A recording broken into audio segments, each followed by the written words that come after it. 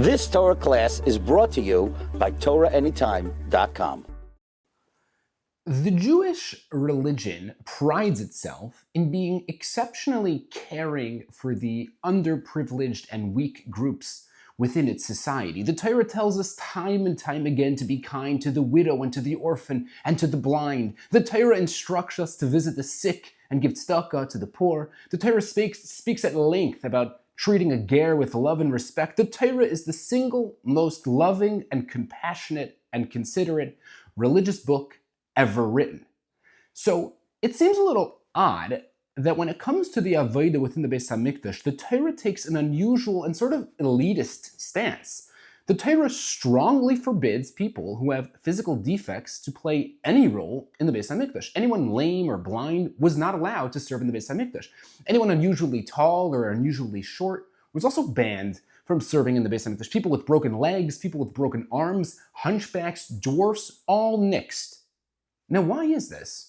Wouldn't Hashem want us to be kind and caring and go out of our way to hire such people? The modern world's attitude towards handicapped people, with its increased social services and designated parking spots and priority airplane boarding and all the other ways it ensures that handicapped people are all welcomed into part of the society, doesn't that make the Torah's stance seem so outdated and insensitive? Why is it that when it comes to filling positions in the Bais Hamikdash, the Torah seems to deviate from its regular loving and accepting mode of operation? Why is that? What happened to love the oppressed and care for the downtrodden? Why does the Bais Hamikdash seem to have like a different set of rules? So the Sefer HaChinuch and Mitzvah Ayin Reish Heit 275 offers the following very powerful and enlightening explanation. He says that the success of the Bais Hamikdash in particular, and sort of Judaism in general, is predicated on the Jewish people's awe and respect and honor given to it. The continuity of Judaism requires the Jewish people's dramatic interest in perpetuating it. The very moment the Jewish people view Judaism as unimpressive and second-rate, as sort of mere religious folklore, the future of Judaism becomes at stake. The single most destructive force in the Jewish world over the last 1,000 years hasn't been any war or pogroms or terrorism. It wasn't the Holocaust or suicide bombings. It was something far quieter, but far more devastating. It was secularism.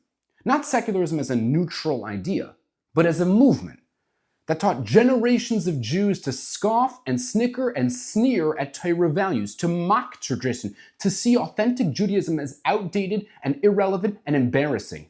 This mindset didn't just lead to the assimilation of tens of millions of Jews, it paved the way for hundreds of millions of Jews over the years to walk away from Judaism forever. Not because of anti-Semitism, not because of external threats, but because Judaism was rebranded in their minds as boring and backward and burdensome. And these people tried at first to live in an awkward in-between, Jewish by label but not by meaning, culturally affiliated but spiritually detached kind of life. But you can only live that contradiction for so long, and eventually they or their children or their grandchildren left it all behind. Why? Because somewhere along the way they came to believe that Torah holds you back instead of lifting you up, that it limits life instead of giving it meaning, and that lie, the lie that Judaism is something you tolerate rather than celebrate, has caused more spiritual destruction than any outside enemy ever could. And therefore, knowing all this, the Torah implemented safeguards, ensuring that we view the Bais Hamikdash and Judaism with the honor and the prestige that it deserves, not because Hashem needs the power and prestige, but because we need to be impressed by its image. Without being impressed, we would sadly fail to appreciate its unparalleled beauty, and we would become ensnared by the mirage of this world. One of those safeguards was being particular in who serves as representatives in the Bais Hamikdash. The Torah wants every child to walk into the Bais Hamikdash for the first time and be left in complete awe. It wants every child to dream of being there, of aspiring to make the Bais Hamikdash the dominant force in his life. Having a welcoming committee comprising of Kohanim in pristine health, in the height of their strength, accomplishes that the best. The sad reality is that employing the elderly or those suffering from physical deformities would run the risk of giving off the image that the Bais Hamikdash was a place where someone goes to work after they retire, like a museum or a library or an art gallery. In man's puny mind, we might have thought that if you want to really make it in life, you would work elsewhere. Of course, this could not be further from the truth, and Judaism loves and includes everyone, no matter what they look like. But the psychological makeup of humans is that humans' perception creates his reality, and the Torah requires the Bais Hamikdash to work within those parameters in order to promote the truth that Judaism is the ultimate goal in life, and its beauty and pleasure transcends petty things such as world pursuits and materialism and secularism. It required men only in pristine health and in the prime of their strength, the 6'2", 35-year-old men, the people who would have made it in any other business or profession, the people who command dignity and respect. By selecting such people, we're giving off the message that this is the most meaningful thing in the world. We didn't serve in the Bais Hamikdash because we can't do anything else, or because we couldn't have made it in any other profession. No. We serve in the Bais Hamikdash as our first choice because this is what gives our life meaning. We aren't committed Jews because we can't make it anywhere else. We are committed Jews because we deeply believe that this is the most valuable commitment. I once bumped into Rav Mordechai Rosenbaum, the author of the Sefer Torah Shmuel, and he asked me the following question. He said, ever wonder why the Torah mentions the whole story with Yaakov lifting the large rock off the well? Like, what was the point of the story? That Yaakov was strong? Why do I care? What lesson was the Torah trying to convey? So the answer, he said, is that Yaakov was about to meet his future wife, and he wanted to make something very clear to her. He doesn't sit in his tent all day as this Ish Tam Yeshiv Ayalim because he wouldn't have been able to make it on Wall Street. He doesn't sit over Gemara all day because he couldn't have made it in real estate. He sits in his tent and learns God's wisdom because it's the right thing to do. Yaakov was saying that he was just as strong and capable as any other man. The reason he chose a life of spirituality was because it's simply a better, more fulfilling life. We don't follow in the ways of Hashem because we can't make it in the big world. We follow the ways of Hashem because it leads us to the happiest lives on earth. The beginning of the Parshah discusses the Kohanim's prohibition of coming in contact with a dead body. Vayomer Hashem al Moshe, Emor al Kohanim b'nei Aaron, v'amarta aleim. The Gemara in Yevamos Kuf Yud Daled Amud Aleph, it says that this pasuk, with its triple usage of the word Omar, is alluding to the need for parents to teach their children about mitzvahs from a very early age. And Rabbi Yaakov Weinberg, the late Rosh Hashiva of Ner Yisrael in Baltimore, he asks, why specifically here, of all places, does the Torah choose to teach us about chinuch? Why pick a mitzvah that is applicable to only Kohanim, less than 1/12 of the Jewish people, when trying to teach an idea that applies to all of Klal Yisrael? So he explains that the Torah specifically chose the mitzvah of the Kohanim's prohibition of contact with dead bodies because it serves as a model to all other mitzvahs. The Torah is telling us that the same way a Kohen is to tell his child that the reason he can't run after his ball that rolled into a cemetery is because he's too holy and too pure. So should be the method of teaching all the other mitzvahs of the Torah. When we present the mitzvahs to our children, we tell them what an unbelievable opportunity it is to keep them. When we tell our children that we can't transgress a negative commandment, we tell them we are too holy to do it. We tell them that we get to visit the sick, that we're too pure to eat non-kosher, that we are remarkably privileged to keep Shabbos. We give over the impression that keeping the Torah is a privilege, not a burden, and those that follow it lead wholesome, happy lives. Here's a story that highlights this point. An American man who ran an organization trying to help teenagers who went off the derech was once walking in Israel, and he noticed Rav Moshe Shapiro, one of the great leading Torah figures in Eretz Yisrael, and he noticed him on the other side of the street, and he was getting into a car.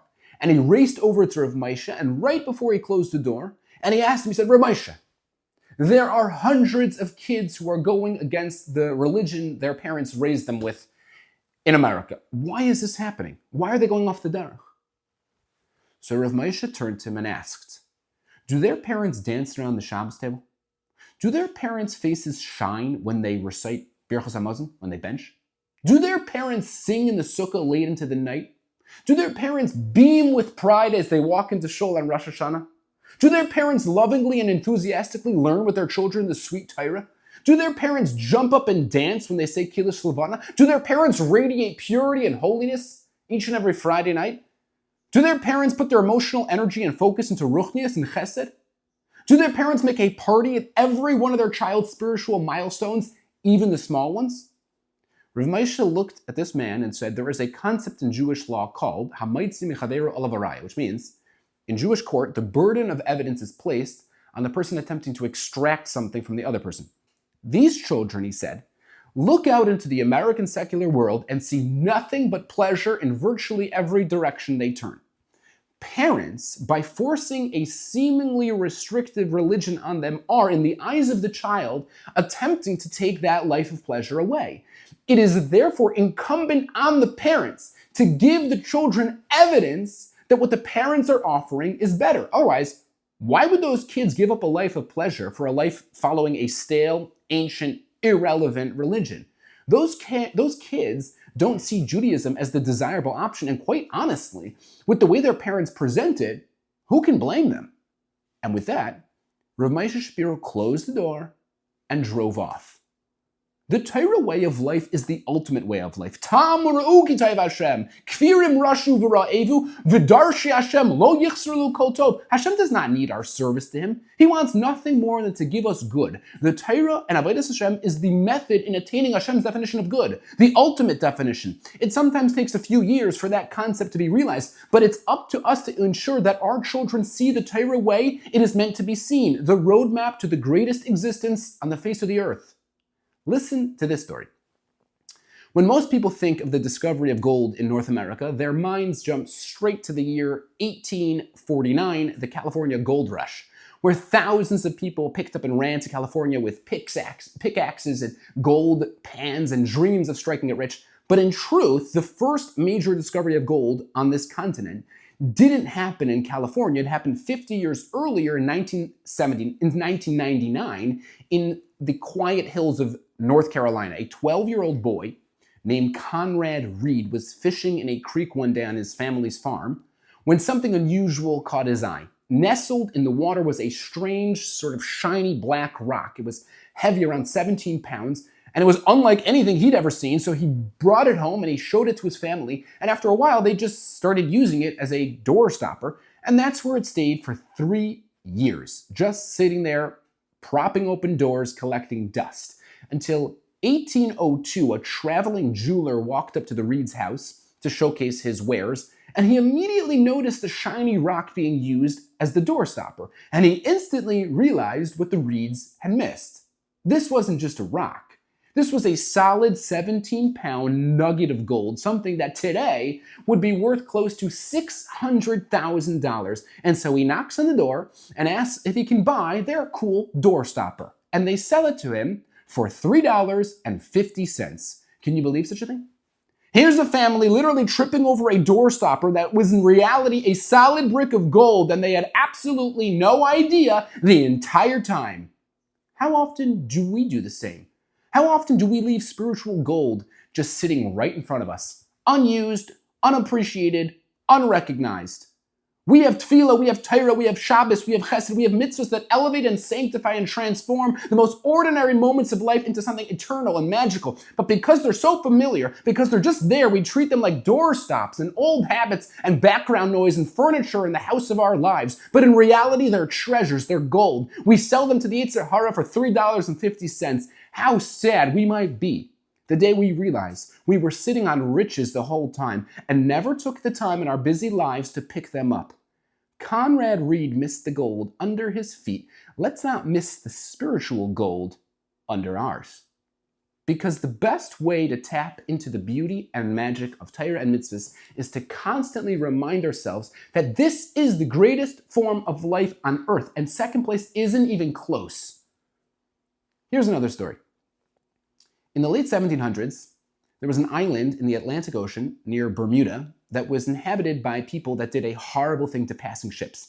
Being that the island was right near a trade route, many ships would frequently pass by it, and the inhabitants on this island played a nasty trick. Anytime they would see a ship sailing in the distance, they would arrange a massive party on the beach with loud music and delicious-looking food and women dressed inappropriately, and they would be alcohol, and they would attract the passing ships filled with tired and worn-out sailors, and the ship would stop off, and they would check out what was going on the island. And the moment the sailors would dock the boat, the island inhabitants would attack the sailors and kill them and take whatever was on the ship. And this was going on for years, and everybody knew about it. The problem was that there was no going around the island because it was situated right in the middle of a trade route. So captains were sort of scratching their head trying to figure out a way to stop their crew from veering off course and stopping off at this island. And they would beg and they would plead with them and tell them that it's just a trap. But the sailors wouldn't listen. They were just too tired. They were too starved for some form of entertainment and fun. So some captains tried blindfolding the sailors whenever they would pass by this island. But trying to get a bunch of grown men to wear blindfolds for a half hour, it was impossible. So then some captains tried simply putting their crew into chains and handcuffs just for the half hour that the boat passed by this island. But again, it didn't work. You can't just go up to your crew and randomly say, I'm going to put you in handcuffs for a half hour. You'll just start a rebellion. So finally, a captain came up with an idea that actually worked. He said, listen, they're all enticed by the party that's going on that island. You know what I'm going to do? I'm going to make a better party on my boat. And so whenever his boat passed by that island, he went down to the main area of the ship where all the sailors were, and he whipped out a tablecloth, and he spread it over some barrels, and he whipped out some wine, and he took out some beef jerky, and he whipped out a guitar, and he began singing. And he began telling stories and began asking the sailors about their childhood, and they would dance and they would sing and they would play games and they would laugh. And eventually, before you knew it, they passed by the murderous island and they all got up and they went right back to work. Olam Hazeh can be a place filled with unparalleled opportunity to live magical spiritual lives, but it can also be a murderous death trap where the Yetzer Hara is waiting to ensnare us with his latest version of fun and games. The way to combat the Yetzer Hara's island is to tell ourselves and our kids that our party is better than his party, and that we have the greatest form of life on earth, and no one will ever, ever convince us otherwise. You've just experienced another Torah class brought to you by TorahAnytime.com.